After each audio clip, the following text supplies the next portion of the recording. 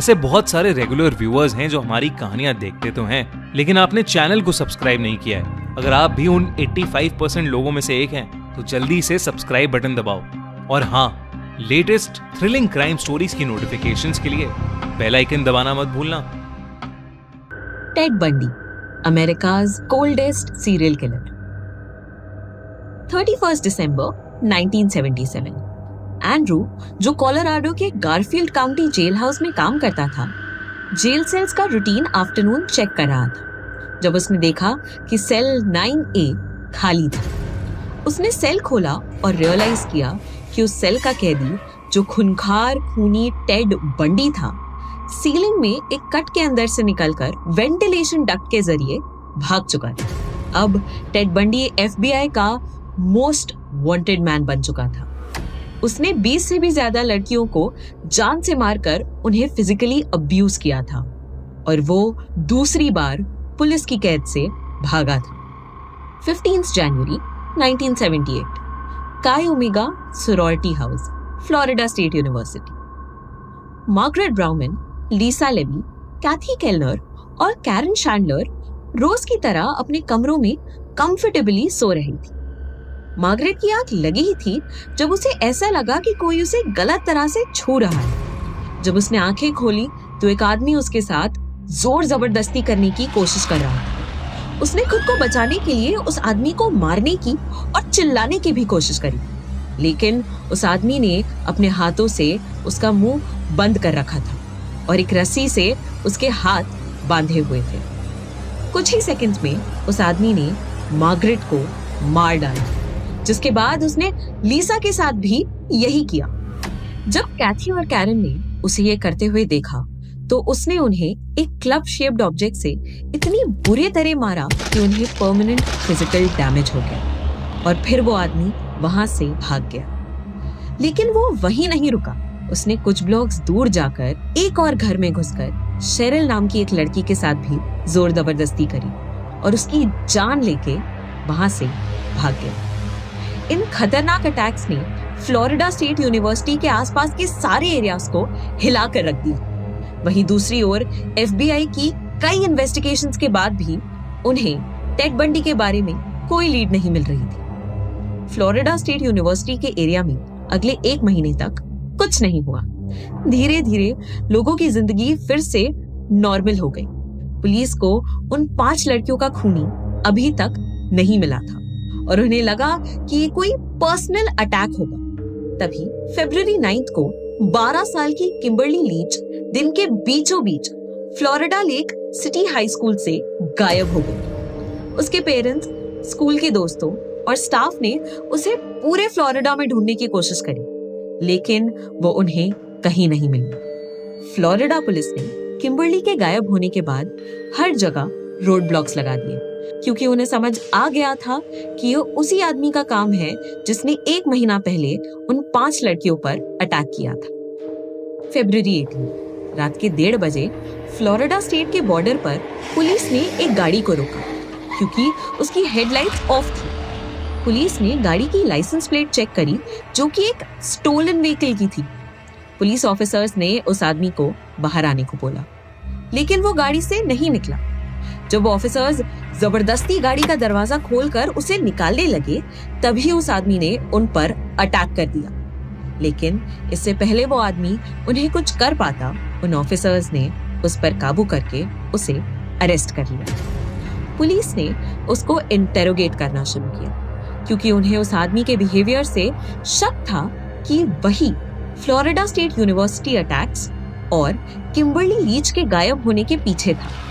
लेकिन इंटेरोगेशन के वक्त जो सच सामने निकल के आया, उससे उनका दिल दहल गया, क्योंकि वो आदमी कोई और नहीं बल्कि टेड बंडी था, जिसे FBI और 5 स्टेट्स की पुलिस पागलों की तरह ढूंढ रही थी। लेकिन कौन था टेड बंडी और वो इतना खूंखार और कोल्ड हार्टेड कैसे बना? टेड बंडी ने अपना बचपन इस धोखे में बिताया कि उसके ग्रैंड पेरेंट्स ही उसके असली पेरेंट्स थे और उसकी मॉम एलेनॉइस उसकी बहन। दरअसल एलेनॉइस की फैमिली काफी रिलीजियस थी और क्योंकि टेड एक इललेजिटिमेट चाइल्ड था, तो उसका पैदा होना एलिनॉइस के पेरेंट्स के लिए काफी शर्म की बात थी। टेड के फादर के एलिनॉइस को छोड़ के जाने के बाद उसके पेरेंट्स ने उस पर दया करके उसे अडॉप्ट कर लिया। टेड के ग्रैंडफादर सैम काफी शॉर्ट टेम्पर्ड, अब्यूसिव और अल्कोहलिक थे। वो अपने कुत्ते को रोज मारते और अपनी बीवी जूलिया को बिना किसी वजह के इतना मारते कि उन्हें मैनिक डिप्रेशन हो गया। लेकिन उन्होंने कभी भी टेड को हाथ तक नहीं लगाया। शायद इसीलिए टेड को अपने ग्रैंडफादर दुनिया के सबसे अच्छे आदमी लगते थे। कुछ सालों बाद टेड की मॉम उसे लेकर टकोमा, वॉशिंगटन शिफ्ट हो गई, जहां उन्होंने जॉनी नाम के एक लड़के से शादी कर ली। टेड को अपने नए पिता बिल्कुल नहीं पसंद थे, क्योंकि वो वर्किंग क्लास के थे और उन्हें हमेशा गरीबी परेशान करती थी। टेड ने सोच लिया था कि वो पढ़ लिख कर इस गरीबी से बाहर निकलेगा और उसने साइकोलॉजी में ग्रेजुएट होने के बाद लॉ स्कूल की पढ़ाई शुरू कर दी। इसी बीच टेड की दरिंदगी बढ़ती जा रही थी। टेड मेंढकों को ढूंढकर मारता, कैट्स पर लाइटर फ्लूइड डालकर उन्हें जला देता, स्विमिंग और बोटिंग करते हुए लोगों को डुबाने की कोशिश करता। उसे सब पता था कि वो क्या कर रहा है, लेकिन उसे इस बात का कोई गिल्ट नहीं था। लॉ स्कूल में उसे डायन नाम की एक लड़की के साथ प्यार हो गया। डायन में वो सब था जो टेड अपने परफेक्ट पार्टनर में चाहता था। वो खूबसूरत थी, अमीर थी और काफी इन्फ्लुएंशियल भी थी। टेड उसके साथ बहुत खुश था, लेकिन डायन ने एकदम से उसके साथ अपना रिश्ता तोड़ दिया, जिसके बाद टेड टूट गया। टेड ने अपना ध्यान डाइवर्ट किया और एक सेल्फ हार्म हेल्पलाइन में काम करने लगा। साथ ही साथ उसने पॉलिटिक्स भी ज्वाइन कर ली और रिपब्लिकन पार्टी के इलेक्शन कैंपेन्स ऑर्गेनाइज कराने में मदद करने लगा। इसी दौरान उसकी मुलाकात एलिजाबेथ से हुई, जो एक सिंगल मदर थी। एलिजाबेथ एक अल्कोहलिक थी और टेड उसका ध्यान रखता था। वहीं साथ साथ वो उसकी छोटी सी बेटी को अब्यूज करता था और उसे नियर डेथ सिचुएशंस में डालकर अपनी सडिस्टिक डिजायर्स पूरी करता था। टेड अब पूरी तरह से पॉलिटिक्स में इन्वॉल्व हो गया था और रिपब्लिकन पार्टी का एक अप एंड कमिंग मेंबर बन गया था। एक वर्क ट्रिप के लिए 1973 की समर में टेड कैलिफोर्निया गया। डायन भी कैलिफोर्निया में ही रहती थी और वो टेड के इस नए फोकस्ड और प्रोफेशनल अवतार से काफी खुश थी। उनका अफेयर फिर से स्टार्ट हो गया। टेड ने एलिजाबेथ और डायन दोनों के साथ अपना रिश्ता बरकरार रखा। उसने डायन से शादी का वादा किया और उसके साथ अपने फ्यूचर की बात भी करने लगा। फिर 4 जनवरी 1974 को उसने अपना दिल टूटने का बदला पूरा करने के लिए डायन से ठीक उसी तरीके से ब्रेकअप किया जैसे डायन ने उसके साथ किया था। और इतना ही नहीं, उसी रात टेड ने अपना पहला खून भी किया।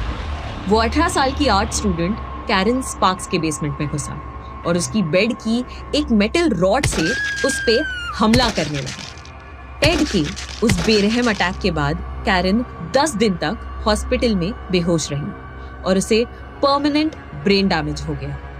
फरवरी 1 टेड फिर से 19 साल की स्टूडेंट लिंडा एन हीली के बेसमेंट रूम में घुसा, जिसके बाद उसने उसे मार मार कर बेहोश किया, उसे एक व्हाइट ब्लाउज और ब्लू जीन्स पहनाई और अपनी गाड़ी में एक सिक्लूडेड एरिया में ले गया, जहां उसने एक बेहोश लिंडा का खून करके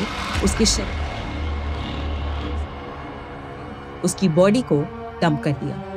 1974 के फर्स्ट हाफ में बहुत सारी जवान लड़कियां गायब होने लगी, जिसके बाद सीधा उनकी लाश बुरी कंडीशन में किसी वीरान जगह में मिलती। इन सब लड़कियों में और कुछ कॉमन नहीं था सिवाय इसके कि वो यंग थी, खूबसूरत थी, उनके लंबे काले बाल थे जो मिडिल से पार्टेड थे और मर्डर के टाइम उन्होंने ब्लू जीन्स या स्लैक्स पहनी थी। ये सारी लड़कियां डायन के अपीयरेंस को रिजेंबल करती थी, जिन्हें देखकर टेड अपना कंट्रोल खो देता था। इसी दौरान एलिजाबेथ की तरफ टेड का बिहेवियर काफी ज्यादा बदलने लगा।